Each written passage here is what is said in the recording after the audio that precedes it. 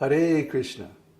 Welcome to the second course in our Bhakta degree program, How to Learn Effectively.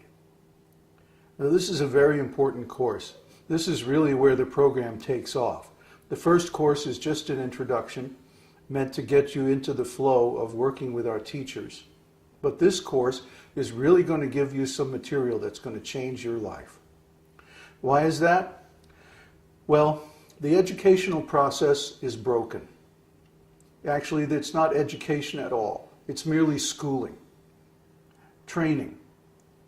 And the purpose of the school system is not to educate people, not to teach people how to learn, but simply to train them in obedience so that they'll be good employees later on when they grow up. Or actually, you could say it another way. The purpose of the school system is to prevent people from growing up at all. It's to prevent them from taking the steps they need to attain maturity. Maturity means freedom. Freedom of knowledge, freedom of inquiry. But most people have the love of knowledge and the urge to make inquiries into various subjects drummed out of them very early in school. I want to share a story with you about how I came to this understanding about the school system. It was very early. I was about 12 years old, and I was in the 4th grade of elementary school. My uncle, my mother's brother, was an aeronautical draftsman. And one day I was at his house, and he showed me a slide rule. I thought this was the greatest thing in the world because I was currently struggling to memorize multiplication tables. So I started using this slide rule. Actually, I taught myself how to use the slide rule. And I was very excited about this. So the next week I brought it to school. We had a period called show and tell, where we'd get up and show about some project that we were doing on our own. So unfortunately, before the show and tell period was the mathematics period. And so as long as I had my slide rule with me, I started doing my math problems on the slide rule. My teacher came along and said, "What are you doing?" "Well, I'm solving my math problems." "Well, what's that?" "Well, that's a slide rule. I brought it for show and tell today." And then my teacher accused me of cheating. And I said, "What do you mean cheating? I'm getting the right answers, aren't I? I've been using this for weeks, and it's worked out fine." Oh, this made her very upset. So we had this long argument about how I was learning independently, and this was not good, and so on and so forth. So I refused to back down, and I found myself in the principal's office. Now, the principal and I had the same discussion. "Oh, you're cheating on your math problems." "No, I'm not. I'm learning independently. I'm doing college-level work." See, this was my position. So I refused to back down, and the teacher actually called my mother and made her come into the school. And then there was a very awkward meeting with the principal, the teacher, my mother, and I. And my mother was like, "What's your problem? The kid is learning on his own. Isn't that what you're supposed to be doing, teaching kids to learn?" And no, he's cheating. He's using a slide rule on his math problems. That was all they could say. They couldn't say anything else. They didn't have anything else to say. And at 12 years old, I was forced to realize that these people are idiots.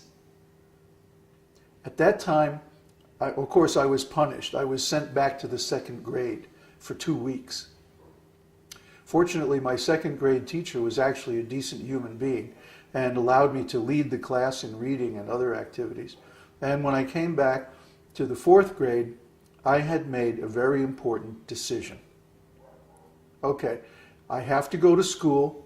I have to be there, 5 or 6 hours a day.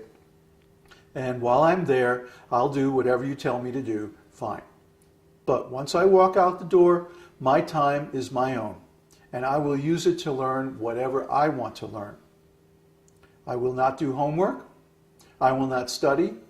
I will simply use my native intelligence to get whatever grades I can get by being in school, and that's it. Your time is during school hours, and the rest is my time. And I had the support of my mother on this. So she even gave me a note that I could take out and read any book whatsoever from the public library, which infuriated the librarian because she was a censor and she didn't want young kids taking out certain books. And of course, I was interested in books on yoga and philosophy and other things that she thought I shouldn't have access to. Well, too bad. So I used my young life, my spare time outside of school, not to watch TV, although I did a bit of that, but I used it to practice music, and I used it to read. And especially during the summers, I would read voraciously whatever I wanted to get my hands on. And I have to admit, I didn't understand it very well. A lot of it was way over my head. The point is, I had the freedom to inquire. And most people get that drummed out of them very early. So what we're going to do in this lesson, what we're going to do in this course, is look into a different philosophy of learning, that the student should be in charge of what they learn. And the teacher should simply be like an assistant or facilitator that helps the child or helps the student get access to the materials, methods, and understandings that they need to approach that material. All learning is ultimately about skill. It's ultimately about doing something. The theoretical learning is only the beginning. The study of the books and so on is just what gets you started. Real learning means expanding your skills, and we're going to focus on that in this course. We're going to show you a method of learning that will allow you to acquire any skill you want. Of course, we hope you're going to use it to acquire the skills of the esoteric teaching and spiritual realization. But the point is, first we have to rehabilitate your education. Otherwise, you won't be able to learn the esoteric teaching. Now, we found this in ISKCON, that many people would come and get a very superficial understanding of the teaching, think they knew what it was when they actually didn't. Unfortunately, some of these people also became leaders and preachers and even gurus. And of course, they messed everything up because they did not have an accurate understanding. They did not have the ability to learn actually what Prabhupada was saying in his books. So I hope you take this lesson very seriously and use it to restructure your approach to all kinds of learning. And in that way, you'll not only be able to learn the esoteric teaching, you'll also be able to learn anything that your heart desires. This will change your life. So welcome to the real beginning of the Bhakta degree program.